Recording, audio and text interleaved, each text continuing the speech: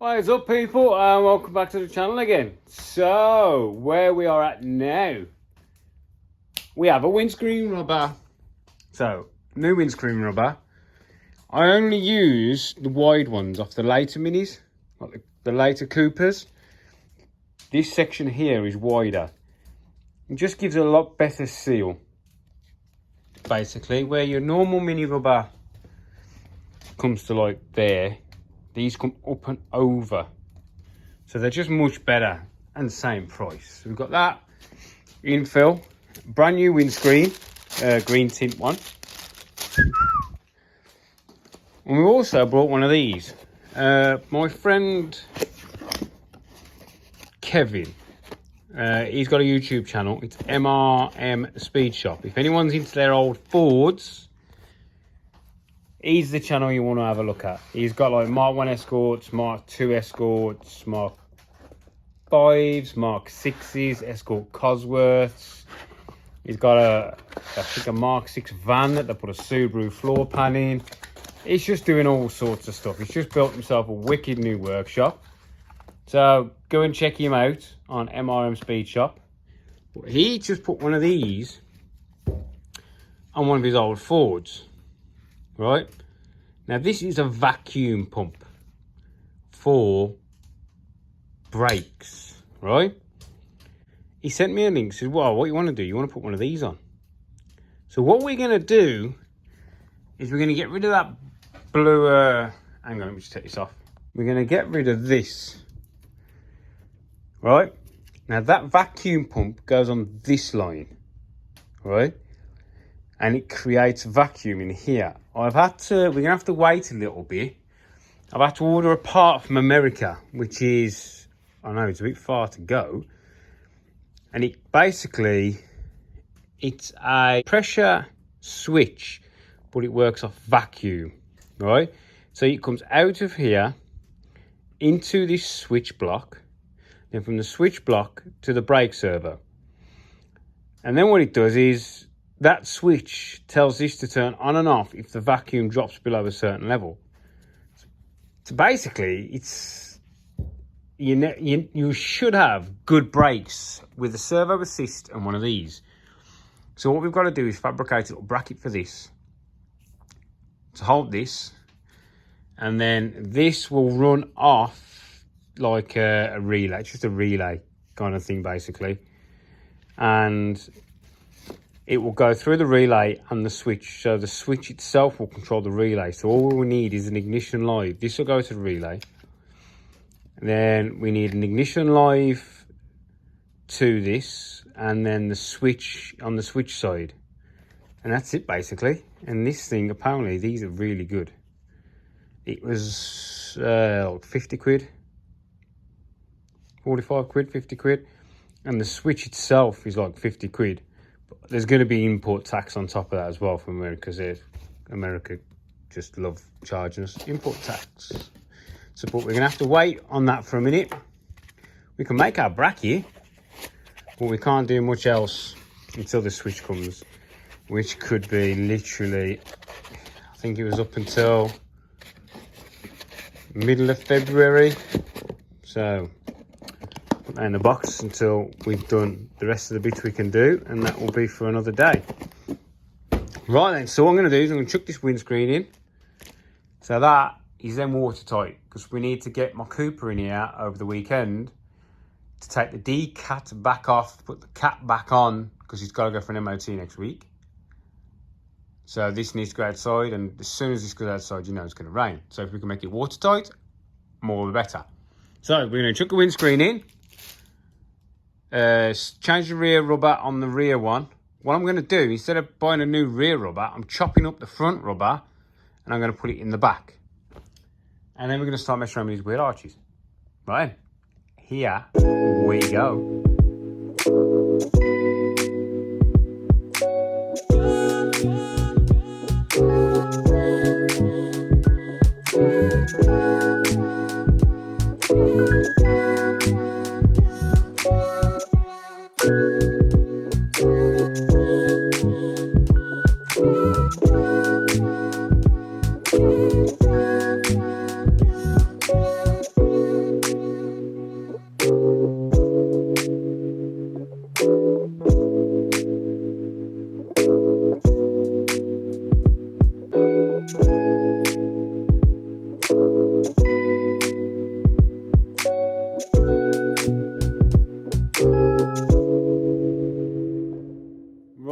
So it's numerous days later, because I had my birthday, then my son had his birthday, and I had to do some machining work to stock up on some parts that I sell.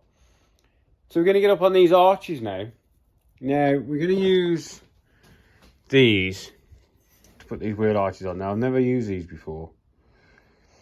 Normally I like to put like 5 fixings on each arch, but there's one missing. So on the rear arches, we're going to try and get away with 4. So that'll give us 5 on each of the fronts. And then 1, 2, 3, 4 on each of the backs.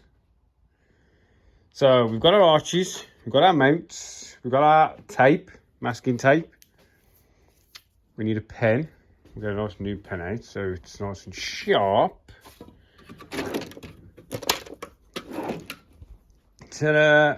Right, so we're going to drag the car forward and then we'll start on the back, I think.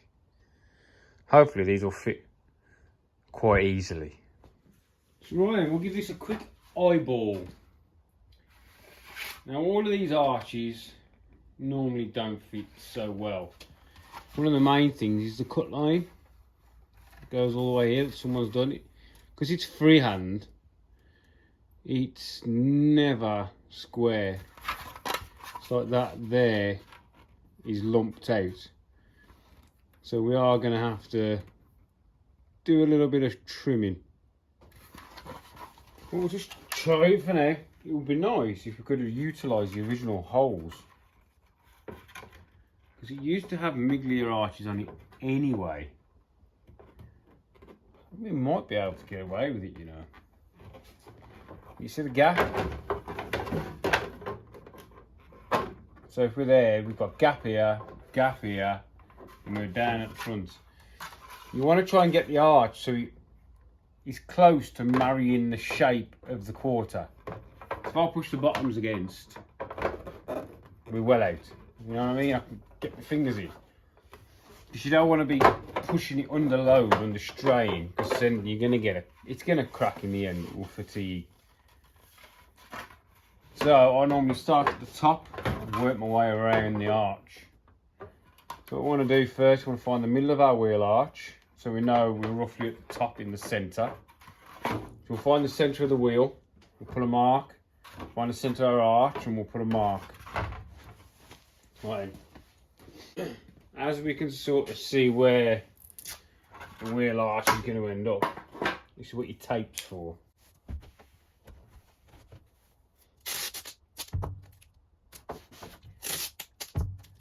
One, to protect the paint, and then you could draw around the arch. So you know what's going on in the same position all the time.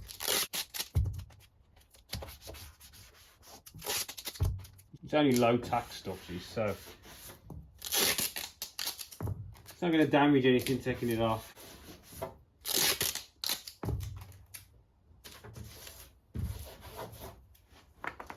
Beautiful. And I say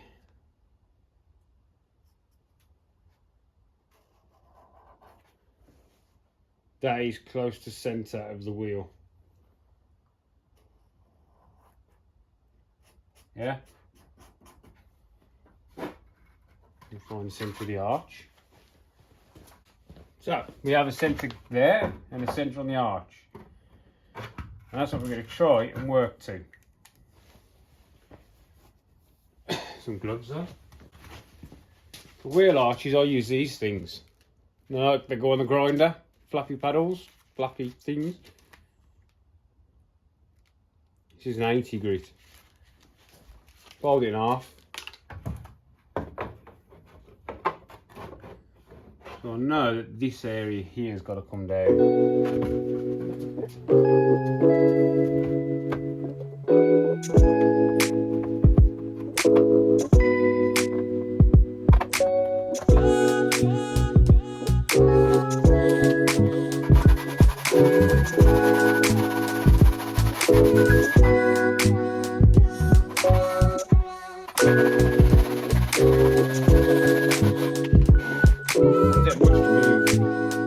Material.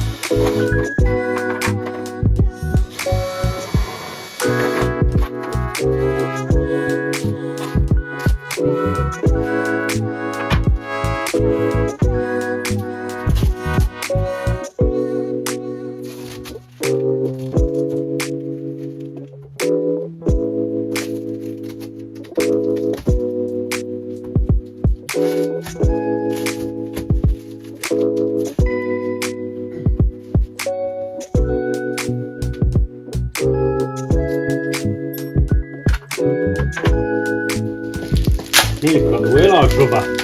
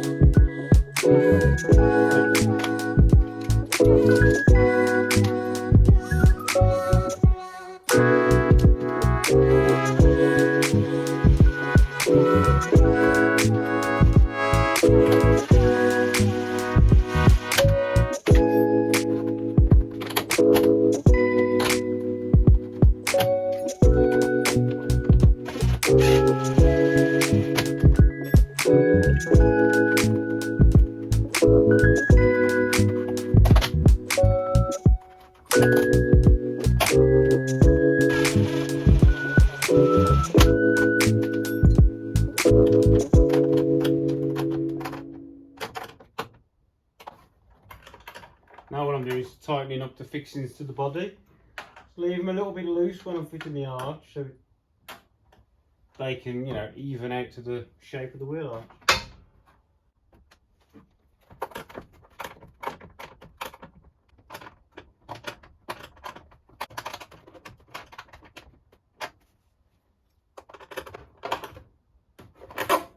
These are nylocks on these, so oh good.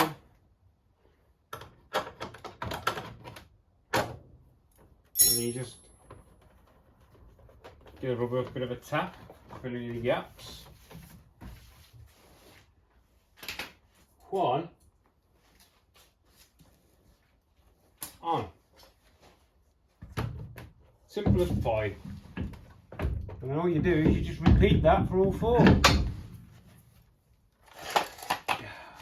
Where did I put the wheel? There. You might just have to trim in here, depending on how low the car is running.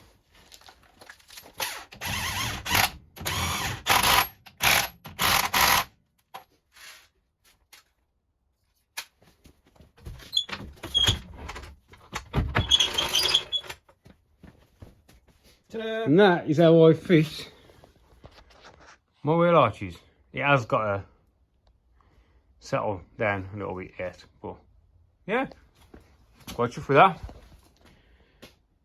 So now, 3 more to do. I won't bore you with them. It's literally the same. Right, there we go.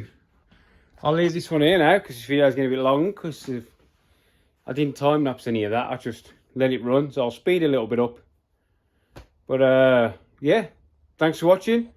Like and subscribe if you don't mind, and I will see you in the next one. Bye.